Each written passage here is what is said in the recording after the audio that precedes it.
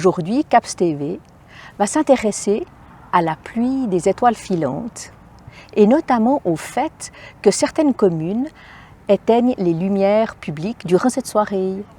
Et puis, nous allons rencontrer Nicolas Genoux, président fondateur de l'association Perséide. Bonjour Nicolas. Bonjour, alors je m'appelle Nicolas Genoux, j'habite Orbe et dans la vie je suis formateur d'adultes, éditeur et écrivain. Est-ce que ce qui se passe dans votre vie professionnelle est la racine de ce qui va ensuite naître dans Perséide? Oui et non, donc avec le métier d'écrivain il y a forcément la curiosité et puis les étoiles sont forcément nos muses. Effectivement. Alors, Perséide, comment est-ce que ce projet a débuté? Assez simplement en fait, je voulais voir cette pluie d'étoiles filantes avec mes enfants et on s'était installé sur le balcon et puis rien. Le ciel brun et tellement d'éclairage qu'on n'a absolument rien vu alors que c'était une journée magnifique. Okay. Et puis l'idée a germé plusieurs années de suite, je me suis rendu compte qu'on voyait rien, je me suis rendu compte de la problématique de la pollution lumineuse et en fait l'idée était relativement simple, c'est il faut tout éteindre. À partir de ça, j'ai demandé aux communes, d'abord à Orbe, s'ils étaient prêts à éteindre. Ils ont accueilli ça comment? Direct, c'est un oui. Ah oui. Ils trouvaient que c'était... Ils étaient enchantés. J'ai demandé aux autres communes du Nord Vaudois la même année, on a déjà eu la moitié. Donc on a commencé la première année avec une trentaine de communes. Donc en Suisse, il n'y avait encore... Il y avait la Nuit est belle qui a eu lieu la même année sur Genève, dans un contexte un peu différent. D'accord. Là, le projet Perséide, c'est un projet qui s'adresse vraiment à la population. Il se veut populaire parce que pour regarder les étoiles filantes, on n'a pas besoin d'appareil, il suffit juste de lever le nez et d'espérer qu'il n'y ait pas de nuages. Voilà. Et puis, donc ce projet, il est devenu réalité. Et aujourd'hui, on compte combien de communes qui jouent le jeu? À ce jour, on a 136 communes réparties sur 4 cantons romans. D'accord. Le canton de Vaud, ça marche assez bien. Neuchâtel a très bien répondu cette année. Ouais.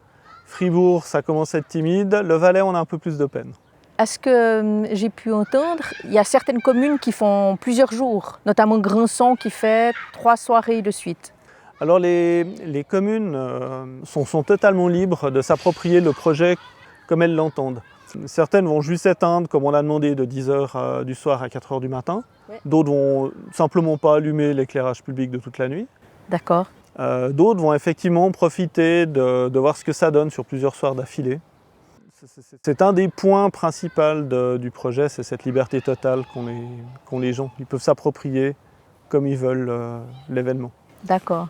Et puis ce projet, il s'est exporté hors de nos frontières? Alors non, pas pour l'instant, même si le projet Perséide a pour objectif d'atteindre l'Europe entière à terme. D'accord. Par contre, il y a d'autres événements qui sont organisés sous d'autres noms, en France, en Belgique en tout cas, en Espagne, en Sicile aussi. L'idée est gentiment en train d'essaimer, à savoir si c'est des gens qui sont tombés sur notre projet sur les réseaux sociaux ou qui ont la même idée. Ça. Peu importe, l'essentiel c'est le résultat. Ouais. En fait, votre association, elle consiste à quoi exactement? Alors notre objectif c'est vraiment éteindre les lumières le 12 août pour observer, dans la mesure du possible, le ciel. Le point culminant, c'est la pluie d'étoiles filantes. Selon les conditions, ça peut aller jusqu'à 200 étoiles filantes à l'heure. Concrètement, pour pouvoir développer ça, vous faites quoi? Vous allez frapper aux portes, vous écrivez des mails, vous faites comment pour convaincre en fait toutes ces villes d'éteindre leur lumière? En fait, on n'a pas vraiment eu besoin de convaincre. C'est ça qui est intéressant. Parce que la seule chose que l'on fait, enfin la seule chose, non, il y a pas mal de choses, mais on commence bêtement par leur envoyer un courrier. On leur a expliqué en quoi consistait le projet. Ouais. Et on n'a pas vraiment eu besoin de se battre pour avoir des... Ça a eu un accueil... L'accueil a été plutôt bon. Même Lausanne qui avait dit non au début. Ensuite, ils ont juste éteint l'année passée les bâtiments publics. Ouais. Et cette année, ils atteignent quelques quartiers. Donc voilà. Petit à petit, ça prend. Ouais. Et puis, donc, votre association, aujourd'hui, vous êtes combien de membres? On n'est pas énormément de membres. Je crois qu'on est une cinquantaine, si je ne dis pas d'ânerie. D'accord. C'est une toute petite association. Elle a traversé des phases turbulentes. Déjà, comme beaucoup d'associations, le Covid, Oui. qui a un petit peu sapé pas mal de nos forces vives, étant donné qu'on a tous un métier à côté. Oui. Donc, ce qui fait que cette année, on repart avec un nouveau comité, avec des objectifs beaucoup plus précis, un nouveau site, une nouvelle forme de communication. On est vraiment en train de remettre l'association sur pied après un départ en fanfare. On a presque grossi trop vite. D'accord. Et là, cette année, on se calme un peu, on remet les choses en place. Et puis on va aller rechercher d'autres forces, d'autres forces vives. Plus on a d'adhérents, plus on a des ambassadeurs quelque part dans les, Oui, c'est ça. dans les municipalités ou pour plaider notre cause. Et puis ça, c'est monsieur, madame, tout le monde. Une N'importe personne intéressée peut faire partie de cette association. Voilà. D'accord, ok. Donc on lance l'appel au cas où il y a des intéressés. Et puis, donc, votre projection sur le futur. Idéalement, vous imaginez que l'Europe va s'éteindre quand? Alors c'est difficile à dire parce que là déjà, on a une bonne partie de la Suisse romande. L'année prochaine, il faudra voir qu'est-ce qu'on va fixer les objectifs. On fixe les objectifs après chaque événement. Idéalement, ce serait toute l'intégralité de la Suisse romande et puis commencer à déborder sur la France voisine. Ouais. Je pense notamment à la région lémanique. Ouais. Parce que si Lausanne, Morges, Nyon éteignent leur lumière et puis qu'on a le casino d'Évian qui fait un phare, ça n'a pas vraiment de sens. Donc on va continuer petit à petit à faire grandir. Il y a tôt ou tard, à un moment donné, le projet va nous échapper puis se faire de lui-même. Voilà. Ça, j'en reste persuadé qu'à un moment donné, on va dissoudre l'association simplement parce que le projet sera là, il sera rentré dans les mœurs. Voilà. Ok. Et pour terminer, si vous aviez un rêve, un dernier mot, un dernier message, un souhait, quelque chose à dire pour finir cet entretien. Le souhait, il est simple pour moi, c'est de rattraper cette première nuit ratée avec mes enfants et puis de pouvoir regarder les étoiles filantes tomber en leur compagnie. Merci. Merci Nicolas. Après ce moment passé avec Nicolas Genoux, nous sommes maintenant en présence de Pascal Despont. Pascal Despont, municipal de la commune de Chavornay, commune fusionnée avec 3 villages, le village de Serpitet, le village de Corcelles-sur-Chavornay et Chavornay. Pour commencer, on aimerait savoir comment ça se passe pour vous d'éteindre les lumières une fois par année. Est-ce que c'est une chose compliquée? Est-ce que c'est quelque chose de relativement simple à faire? Alors ce n'est pas une chose simple, c'était fastidieux les premières années, sachant qu'il fallait aller carrément dans les armoires électriques pour éteindre où on pouvait. C'est-à-dire que notre personnel, maintenant, il est routinier, il sait exactement quel disjoncteur à descendre ou pas à descendre. Ce qui est important, c'est que dans certaines zones, notamment les passages piétons, on ne doit pas éteindre. Ça, c'est quelque chose qui est au niveau communal?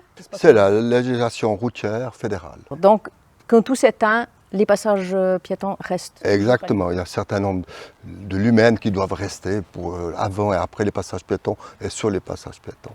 D'accord. Et puis, pour vous, comment la population a accueilli le fait qu'on éteigne les lumières? Alors, on n'a pas eu forcément beaucoup de retours, ce qui veut dire quand on n'a pas de retour, c'est que tout se passe bien. D'accord. Par expérience. Okay. C'est-à-dire que je pense que il y a une bonne partie des gens qui sont intéressés par la chose, de regarder dans le ciel, ou ils ne sont pas concernés. Ouais, voilà. Mais il n'y en a pas eu de plainte négative. Non, pas du tout. Au niveau financier, ça se passe comment? Au niveau financier, purement au niveau économie énergétique, c'est insignifiant. Insignifiant, pourquoi? Parce que c'est qu'une partie d'une nuit pendant une année, ou 2 fois, parce qu'on le fait aussi au printemps, au mois de mai, sauf erreur. Okay. Donc c'est vraiment insignifiant sur la facture ou la consommation annuelle. Ouais. Et puis, dans l'idée écologique, est-ce que perdurer des soirées comme ça ou diminuer des lumières à certains moments, est-ce que c'est quelque chose qui est envisageable? Alors tout à fait, on y travaille de manière ça serait plus efficient, enfin on y travaille, de manière à diminuer, notamment de passer ce qu'on appelle la technologie LED. La majorité des ampoules maintenant sont sous format LED, donc beaucoup moins de consommation. Et surtout, on diminue l'intensité en fonction des heures. Notamment, je prends un schéma standard qui dit qu'on enclenche dès que la nuit tombe et qu'on descend à 50% d'intensité vers les 22 heures. Et ensuite, vers les minuit, 1 heure, ça dépend des quartiers, on descend jusqu'à 30%. Et d'où l'économie réelle d'énergie. C'est de manière beaucoup plus efficiente que d'éteindre juste une nuit. Et puis ça, c'est pour les 3 communes? On a mis en place, notamment à Chavornay Village, où pratiquement tout est variable en fonction des heures, de l'intensité. On a une spécificité, c'est Serpitaire. C'est qu'à Serpitaire, on a la route cantonale, la RC, ce qu'on appelle la traversée, où on ne peut pas éteindre parce qu'il y a des passages piétons. Ouais. Par contre, tout le village, c'est de mémoire à 1 heure du matin et se renclenche pour le premier train. Ça veut dire que le village est totalement dans la nuit depuis 1 heure à 5 heures. On renclenche juste pour le premier train. Et ceci, on l'a fait naturellement avec l'accord des citoyens. On a fait une enquête et la majorité des citoyens, citoyennes ont répondu par la positive. D'accord. Et depuis mais seulement à Serpitaire? Seulement à Serpitaire, oui. À Chavornay, vous avez aussi fait la demande ou pas du tout? Alors on n'en est encore pas là, peut-être ça sera un projet futur. Par contre, à Chavornay, j'ai aussi une expérience, étant donné que je suis aussi municipal des travaux, une expérience pendant la route de Courcelles, où le chantier est très court, qui a duré près de 2 ans, enfin bref, où on a dû interrompre la lumière de des quartiers qui étaient proches des travaux. Oui. Et puis là, on a eu vraiment des manifestations de gens qui voulaient qu'on remette la lumière assez rapidement. Qu'est-ce qui générait ces demandes? La crainte. La crainte. La crainte, très clairement, les gens ont peur de la nuit. Le loup-garou a disparu depuis longtemps, mais les gens, j'ai l'impression, en discutant avec ces personnes, ils ont une crainte surtout des cambriolages. Il est vrai qu'on a éclairé toujours plus les villages pour pouvoir mieux voir et qu'il y ait moins d'agressions durant les nuits. Par contre, les perséides, le fait d'être à la lumière, permet aussi de voir des choses qui se passent la nuit. Qui se passent la nuit, soit dans le ciel, parce que les étoiles, et puis aussi la faune. Oui. La faune, elle est beaucoup plus vivante, j'imagine, notamment les chauves-souris, etc., qui permettraient d'éliminer cette pollution lumineuse. Ouais. Et puis ça, c'était aussi encore une question. Demain, on va rencontrer quelqu'un où on va l'interroger par rapport à la faune. Le fait que vous ayez diminué les lumières dans cette petite région-là, en tout cas une partie de toutes les nuits, puisque ça passe à 50% et 30%. Et 30%. Est-ce que vous avez vu, est-ce qu'il y a plus de renards, est-ce qu'il se passe quelque chose, est-ce qu'il y a déjà eu quelque chose d'observé ou rien du tout? À ce jour, je ne peux pas vous répondre par des choses concrètes. Là, il faut plutôt discuter avec des personnes de spécialistes. Mais on n'a pas de retour, je dirais, soit positif, soit négatif. Exemple, Serpitaire, tout va bien. D'accord. Voilà. Il ne voit pas plus de renards qui rôdent ou des choses comme ça. Il n'y a pas eu plus de poubelles éventrées ou je ne sais quoi. Non. Pas de genre de choses. D'accord. En tout cas, on vous remercie de ce moment privilégié. Et puis, on est heureux de pouvoir imaginer que vendredi, tout sera éteint grâce à vous et à tout plein d'autres communes pour qu'on puisse faire des vœux en admirant les étoiles filantes. En admirant les Perséides. Voilà, la constellation de Persée. D'accord. Merci. Merci bien. La pollution lumineuse éteint nos ciels et ses étoiles. Et nous nous sommes posé la question si elle éteignait aussi la faune. Alors, je me présente, Alexandre Maillefer, je suis biologiste et je travaille dans un bureau d'écologie appliquée à Yverdon. D'accord. Alors, à cette question, est-ce que la pollution lumineuse a-t-elle un impact et si oui, quel est l'impact qu'elle a sur la faune et la flore? Alors, elle a surtout un impact sur la faune qui a été maintenant assez largement étudiée. Je crois que tout le monde connaît en fait la vision d'un réverbère le soir avec les nuages d'insectes qui tournent autour, qu'on voit malheureusement de moins en moins parce que le nombre d'insectes diminue. La lumière, d'une manière générale, attire les animaux, les insectes, mais aussi les oiseaux, les mammifères et d'autres espèces. On appelle ce phénomène la phototaxie. D'accord. Et puis, Pour les insectes, en fait, c'est aussi une perturbation assez importante par rapport à leur cycle de vie et puis en fait la préservation en fait, des espèces. Concrètement, qu'est-ce qui leur arrive Alors souvent les insectes par exemple en fait soit ils meurent dans les lampes comme ça, puis en fait ça favorise aussi la chasse d'autres espèces et puis ça perturbe pas mal en fait le cycle de vie de ces espèces. Ouais. Donc en fait la pollution lumineuse elle atteint spécifiquement les insectes ou bien... D'autres espèces en fait sont nettement aussi perturbées par la lumière, en particulier les oiseaux. Je pense que tout le monde connaît ou a entendu parler en fait du problème des phares qui date déjà depuis très longtemps, depuis avant que l'illumination prenne de l'ampleur qu'elle a aujourd'hui. Ouais. Mais les phares en fait dans les nuits à brouillard par exemple tiraient les oiseaux par le même phénomène en fait que pour les insectes, c'est-à-dire la phototaxie. Ouais.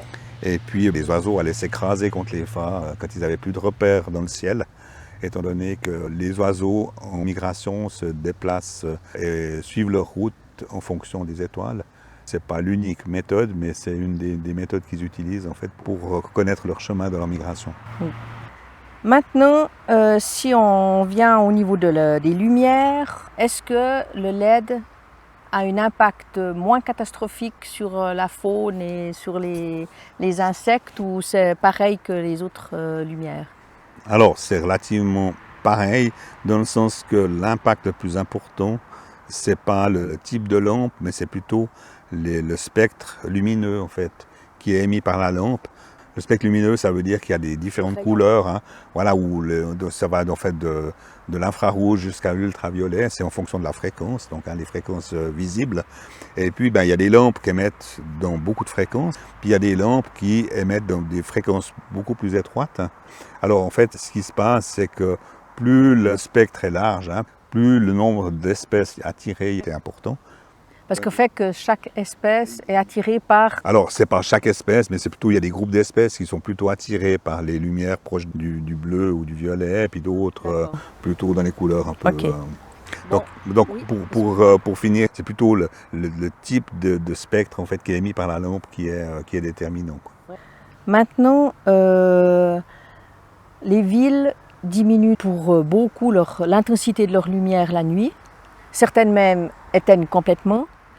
Est-ce qu'au niveau des effets négatifs de ça, à savoir peut-être que la faune vient plus, les renards vont plus venir dans les villes, vont plus rentrer dans les jardins, est-ce que ça a un impact ou pas un impact? Est-ce qu'on a déjà pu voir quelque chose avec ces villes ou ces villages qui éteignaient Non, sur la faune, il semble qu'il n'y a pas, en tout cas sur les prédateurs, donc le renard est un des prédateurs, il n'y a pas vraiment de différence.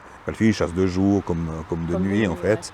Ouais. Et puis lui par contre, la lumière le favorise plutôt parce que ça lui permet de mieux chasser plus facilement ses proies que dans la nuit noire. C'est d'ailleurs pour ça qu'il y a beaucoup d'espèces en fait qui sont perturbées aussi dans les mammifères parce qu'en fait ils se nourrissent plutôt la nuit pour justement essayer de se soustraire aux prédateurs. Très bien.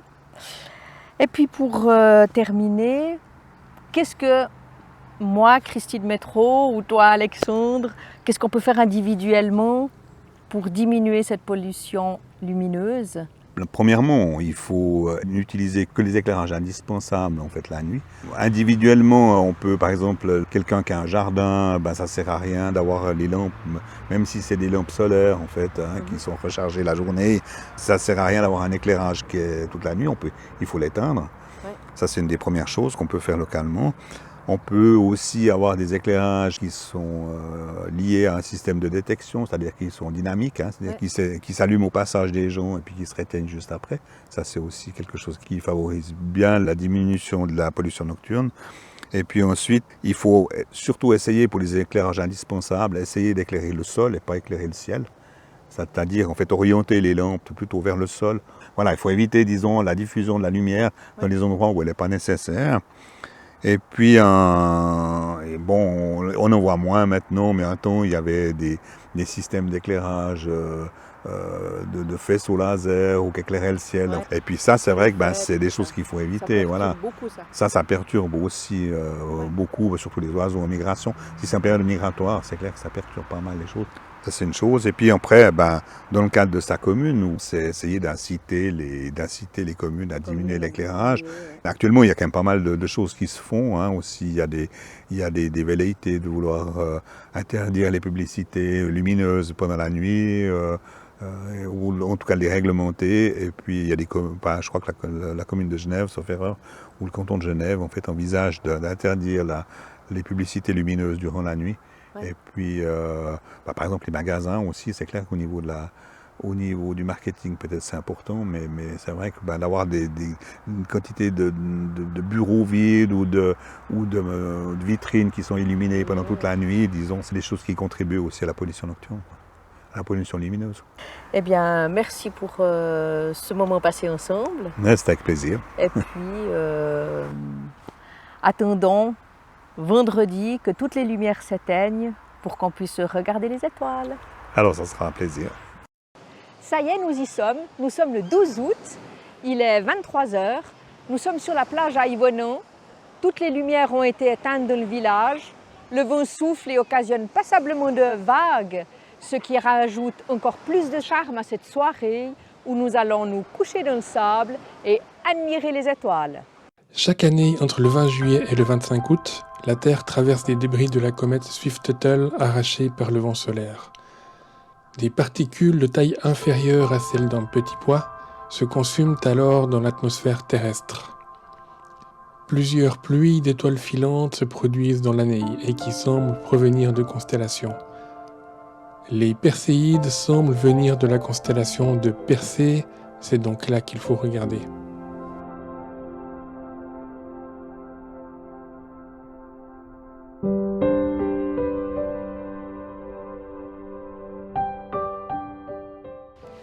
Alors voilà, il est 23h30, nous sommes donc toujours à Yvonan et il commence à y avoir 2-3 personnes sur la plage. Est-ce que vous êtes de la région ? Oui, on habite à Yvonan, oui. Qu'est-ce que vous pensez de l'idée d'éteindre toutes les lumières pour cette nuit ? Moi j'aime bien, c'est trop cool parce que sinon on verrait pas, même les étoiles, je me rends compte qu'on les voit 1000 fois mieux là, c'est trop cool. Vous êtes là depuis un petit moment ou bien ça fait combien de temps que vous êtes sur la plage ? Ouais, ça fait un peu plus d'une demi-heure, je pense, environ. Vous avez déjà vu vous en avez vu des étoiles ? Ouais, on en a vu quelques-unes, 2, 3, pas encore beaucoup, mais on n'est pas sûr de où regarder exactement, mais vers le haut, normalement c'est déjà bien. Oui, ça c'est une bonne idée. Et puis vous avez pu voir aussi des satellites ou bien ? Je sais pas trop ce que j'ai vu, moi j'ai vu... Ouais, on a vu des étoiles filantes, mais sinon je crois que c'est tout. Ouais. C'est la première année que vous venez ou bien est-ce que vous venez régulièrement sur la plage pour admirer les étoiles ?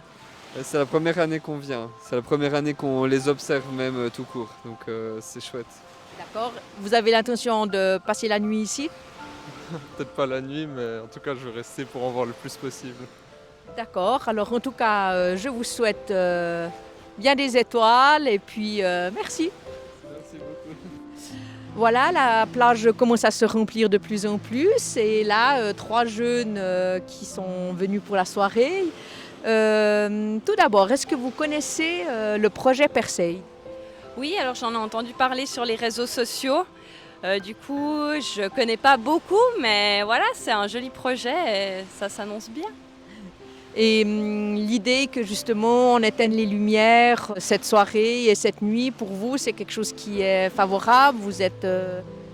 Oh, tout à fait. Moi, je trouve ça super, en vrai, qu'on puisse vraiment profiter du ciel, des lumières de la nature, et puis voilà, profiter de la soirée simplement. D'accord, vous avez l'intention d'y passer la nuit. Qu'est-ce que vous avez comme projet pour regarder ces étoiles ? Je pense qu'on va rester un moment, regarder les étoiles et après... on va rentrer tous chez nous. Très bien, et puis là donc vous venez d'arriver, vous en avez déjà vu ou pas encore ? Non, pas encore malheureusement. Vivement bien la première. Vivement qu'on voit la première. Oui, alors je vous souhaite une bonne soirée, une belle observation et puis bien du plaisir. Merci.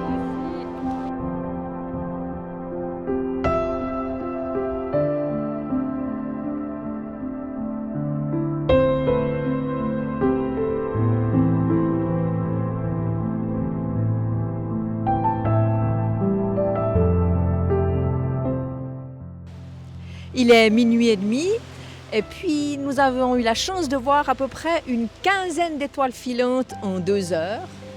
Mais maintenant la lune monte dans le ciel, l'éclaire de plus en plus. Les loups-garous commencent à sortir, donc je pense qu'il est temps pour nous de quitter la plage. C'était Christine pour CAPS TV.